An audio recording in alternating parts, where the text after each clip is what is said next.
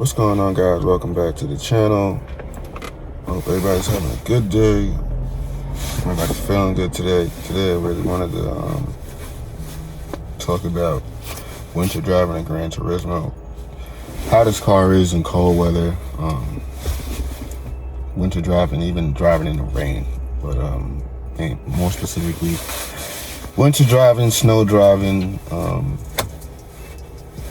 So that's what's gonna be in this video. So let's get to the ride ahead. No, ride ahead, and then we're gonna get into the conversation. All right.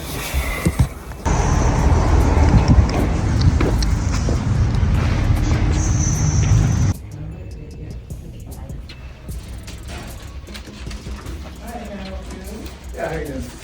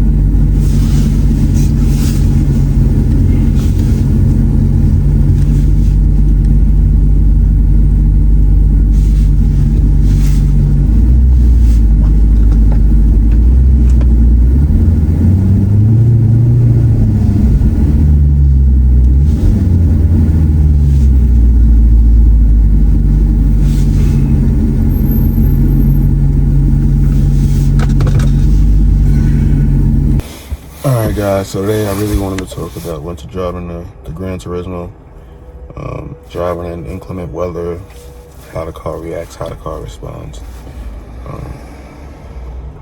and the wear on the car that you might expect. So in this car, as you guys know,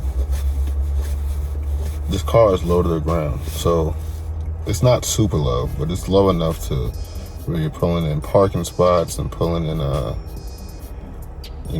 spaces that it can give you some issues. So in snow driving, that can be a thing. If you live in a state where you get heavy snow, then it could be a little bit of an issue for you. Okay, so last year I drove this car. I didn't drive it in the snow. Okay, as you guys know who have been watching the channel, I do have an E350, an 09 E350 that I sent out for really inclement weather, even really for the rain. This car, it has it is torquey, so you can get wheel spin in it. You can spin out in this car. There's been, quite a few accidents posted online, quite a few videos of people flipping Gran Turismos, or people spinning out in Gran Turismos. A lot of the time, they usually, if you see a salvage Gran Turismo, 9 times out of 10, it's gonna have some front, usually damage on the front right side, from people spinning out, trying to avoid stuff, stuff like that, or smacked on the side, or on the sides from somebody spinning around, so you can get a lot of wheel spin in this car in inclement weather. In dry weather, you can get wheel spin in this car if you take off the traction control. I normally don't do it, that's why you guys don't see it, but it can be done. In the rain, this car, I've heard with Michelin tires that it does drive a whole lot better in the rain, and it's actually not bad in the rain. It's pretty good. So with the Pirelli tires, I'll be honest with you guys, I'm not really too fond of driving this car in the rain. Okay, it's not, I don't know if it's the tires, but the car, cars though that can, provide a lot of wheel spin, it's, as long as you take your time though in this car, to be honest, as long as you take your time, it's just like every other car. But if you do hit the pedal and try to drive it like you're in dry weather, you can get into an accident and pretty quickly. It's not really a car that you want to get into a fender bender with, because body panels and body parts for this car, they're expensive. So it's not something you really want to risk doing. Now, as far as wear and tear, okay, for rain and stuff like that, you will see the difference in your paint. Like if you look at this car, you can kind of tell I drive it. You can tell this car doesn't sit in a garage. It's not a garage clean to me. But I'm a car guy, like I'm an enthusiast. So you can't, my opinion might be a little bit more jaded with that, versus somebody who's just likes cars and just, they're not really into them that deep, but okay, as far as winter driving in snow. Now in snow, this car to me is not the car to drive in snow. It has too much wheel spin. It's rear wheel drive, but the Benz is rear wheel drive. So, I didn't get the 4MATIC, I got the rear wheel drive. So I can't really, give it too much flack for that, but what I can give it flack for is the wheel spin. Is the fact that, the way that the car is, the vents in the front, you don't really want to, it's not really a car. You can drive it in snow. It has snow, ice mode, so it, changes the shifting and, makes it dramatically slow to me. But, it does make it a lot easier to drive. I just think that if I wouldn't, I don't like drive. I think I drove it in the snow one time. I don't even know if I drove it in the snow. I drove it after it snowed, and they shoveled, one time to the store and back. That was it. And that was only because I think this car wasn't really snowed in like that, so that was the case. Other than that, I don't really think it's a car to drive in snow. I think when you get a car that when you hit the pedal, or especially a car with this kind of small pedal box, that it becomes dangerous in the snow if you have to, adjust for an emergency. If you start sliding on ice or something like that, that's where I think, a lot of this car is, it might be able to work against you. Plus, you don't want to slide, hit a snowbank, anything like that, to risk damage to it. One, because it's a beautiful car, and it's just, that would hurt, and then two, it's just, it could have been avoided, that's why, so I do suggest, keeping a beater car, something you could just drive around in, and if it snows, if you live in a snowy climate area, even for the rain, it's not a car I suggest driving in the rain. I don't really suggest driving high horsepower cars in the rain. Some people say this car's not high horsepower, but I'm saying anything really over 350, I wouldn't really suggest, that's like a sports car 350, I wouldn't suggest driving it in the rain, because you don't want to risk messing it up. You don't want to risk somebody else sliding into you doing something stupid. The rain does bring, it does give your paint some wear, so you might not want to keep it, drive in the rain, rain or snow. I don't really suggest inclement weather driving in this car. You can do it, don't get me wrong, it is definitely not, it's beyond possible, but it is, you can do it, but it's just something that I wouldn't advise. Now, there's a few things that you could put on this car to make it more drivable in the wintertime, which would be an air ride suspension. So for those guys, and I see guys in the forums that have air ride suspension on Maseratis trolling the purists all the time, but I actually understand why they put air ride suspension on the car. And it's because they want to be able, I think the main reason, aside from them, everybody parking, it drops, and, being able to have all the options, and, when you want to have fun. But when you're going over to, parking into a parking lot, or, just an incline, a higher incline, it really does pay to have an air ride suspension. I mean, they should have put an air ride on this car from the beginning, but I think that would be the one thing that would make this car easy. If it did have an air ride suspension, I would also suggest that you could drive this car in the winter, more so. But I don't think, risking hitting a snowbank, hitting, pieces, some snow that, a plow didn't get, or, something like that, or even, maybe you might slide a few inches, few feet. It's just not worth it. You know what I mean? The anxiety you're gonna feel, that if something does happen or comes close to happening, it's just not worth it. Now, it can be driven in the snow. Just because I don't recommend this does not mean it cannot be driven in the snow. There's a car that very much can be driven in the snow, one, because of its weight. Okay, so you don't get a whole bunch of, if you drive normal, okay, and put it in ice mode, you won't get a whole bunch of sliding. Okay, it'll really be like any other car. I just don't suggest, because, okay, say you put it in ice mode, you have perfect, control and all of that over the car. Somebody else could do something stupid and slide into you. This is not really a car that, it's very hard to find a Granturismo in the color that you like if you want to find another one. You know what I mean? If they total it out, or, whatever it is. So, you're going to have to most likely live with whatever color that you find them, unless you want to have it repainted, or whatever spec, unless you want to have it redone. You know what I mean? So that's also the other reason why I don't recommend this car. In a lot of states, you cannot just go buy a Granturismo in whatever color. Like, sometimes it's just, in a lot of states, it's just not there, So, even you guys know, that have been following me, been watching the videos, that originally I was looking for a white Granturismo. Then I was going to settle for a black Granturismo. Then I found this Granturismo where the paint changes. You know what I mean? So That's also another reason why I don't recommend it. While it can drive in the snow and it can do all of that, this isn't a car that, you can just go to the local dealer and find anymore. So, I mean, some guys can, some, depending on what state, where you live.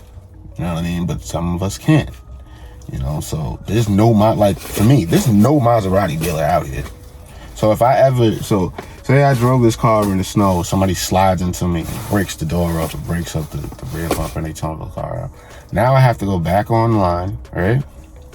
Okay, or go to the closest Maserati dealer, hope they have a Granturismo in a color that I like, okay, at a price point that I like, okay, hope. Okay, I have to hope this. This car is not made anymore, so I have to hope this. And even when they were made, it's not like there was an abundance of them. You know what I mean? So you gotta hope, you know what I mean? And hope that you find, and everybody that has a Granturismo that's been on the forums and looked their color up, they know that, some of the colors are rarer than others. So the chances of you finding your color that you had, you might not be able to. You know what I mean? So there's a whole lot that goes into it.